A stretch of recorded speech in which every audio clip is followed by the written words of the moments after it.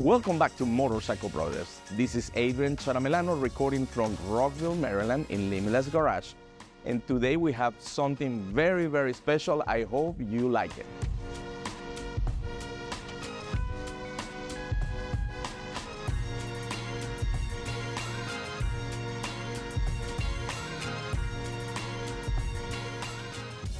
The reason of this episode be so special is because today we have two special edition bikes. And the bikes are the Yamaha R7 and the Yamaha R1. Very hard to find both at the same time. Thank you, David, coming back to Motorcycle Brothers. Thanks for having me, Chama. What do you think about these bikes? Man, they're amazing. There's something that when I put my eyes on them, I had to call you and let you know that my buddy here at Limitless Garage had these two very special bikes. And I'm just glad to be here today and be able to present these bikes and just talk a little bit more about the details and what makes them special and why this particular anniversary edition caught your eye as well. Yeah, one of the things that I found out online is that they made 2,500 units for the US market. And this bike right here is the 2,274 units. Out of 2,500. Out of the 2,500, yeah. I've seen a lot of R7s on the street, David, so I can, because it's more affordable, but I've never seen an R1 2022, the anniversary edition. So this is epic, and thank you for being with me in this amazing journey. R1 was introduced in 1998, has a rich heritage, starting with the first generation, the 1998 and 1999. This bike changed the segment of the sport bikes overnight. One of the things that I hate from the R1 in the beginning was the fact that it was so uncomfortable, right? Yeah. And so thin.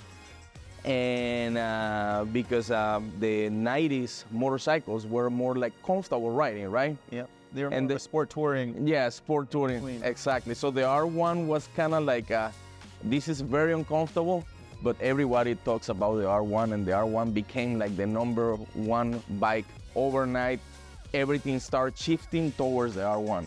Now, one thing I do remember from my time at the dealerships, I never worked at a Yamaha dealership, but everyone always raved about how fast the R1 was. Yeah. Top speed and getting to that speed. So obviously we all have our different preferences. We're not talking of, Honda, Yamaha, Suzuki, Kawasaki, Ducati today, but we're just more so highlighting this bike and what makes it special, go over some of the specs and some of the little things that they changed with this livery to make this edition a little different from just the base regular in 2022.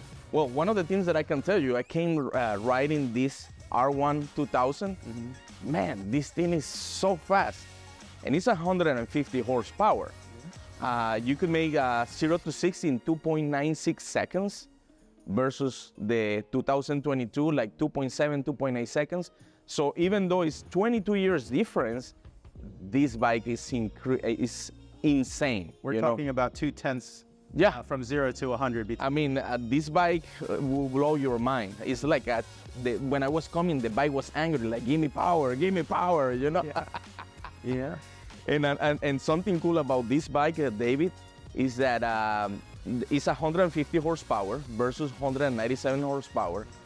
And the weight on this bike is 423 pounds, and the 2022 and the 9th generation R1 is 448 horsepower. So it's about the same, But these bikes are amazing. The only thing that is cool to compare such a long distance bike. Range the range. Yeah. And this, what generation is this? This is second generation R1. Extremely showroom condition, like probably has one little scratch right here. Other than that, this bike is perfect, It's been like in a time capsule. So now we're on to the 9th edition Yamaha. This is a 9th edition, so we're jumping from the second generation to the 9th generation. And even though it's an old bike, this is registered a historic bike. It's so fast. So, I mean, I wonder sometimes whether you need to be more speed on this, but people get addicted to to the high speeds. Some of the differences that we see here and you know, between the R7 and the R1 is people talk about maneuverability of an R7 being a bit smaller, lean angles, speed and control. So, you know, if you're someone who's starting out, looking to do some track days and just kind of get your feet wet with that, this is a perfect bike for that. It's not overpowered like an R1 here, but it will give you that same thrill and acceleration on the track. And also for, you know, daily use on the street as well. Yeah, exactly. You know, you'll definitely... I mean, this is a perfect bike if you think about it. Like, it's 414 pounds versus 448. I don't really see much of a difference, but in terms of being on the street or going to a highway, you can do it with this bike. You can go to the track. Now, this is pure performance. This is a beast. Yeah. This is like made to race. And of course, I mean, when I was looking online myself, people has that, why should I buy an R7 or why should I buy an R1, right? And I think it's something about preference. What do you think? I think it's someone that's looking to really test the limits. Because you are dealing with a bike that's a lot more, you know, a lot more power, a lot quicker. So you're really looking to get that thrill and acceleration. Not to say that you're not going to get it from the R7, but the R1 is definitely a beast in its own.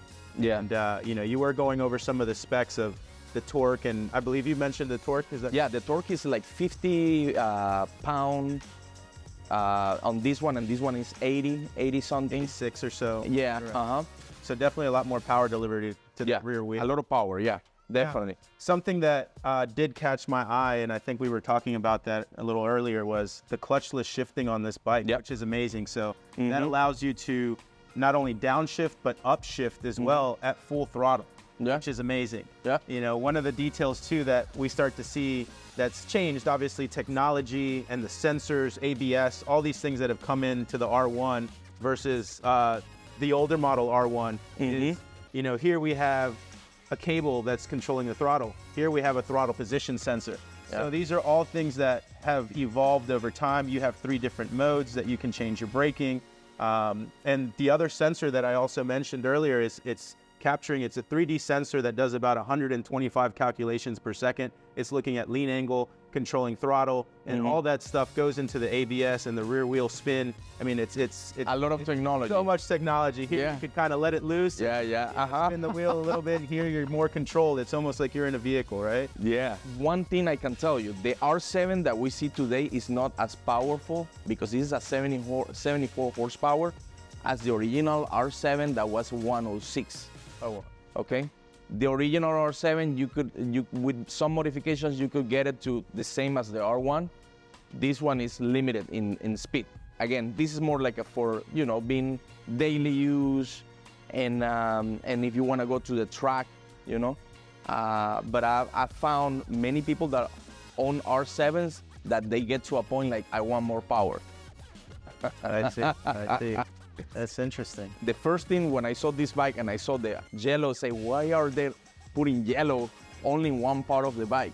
But then I realized the bike is so special, you know, and the combination with yellow and gold and red and white makes the bike truly special.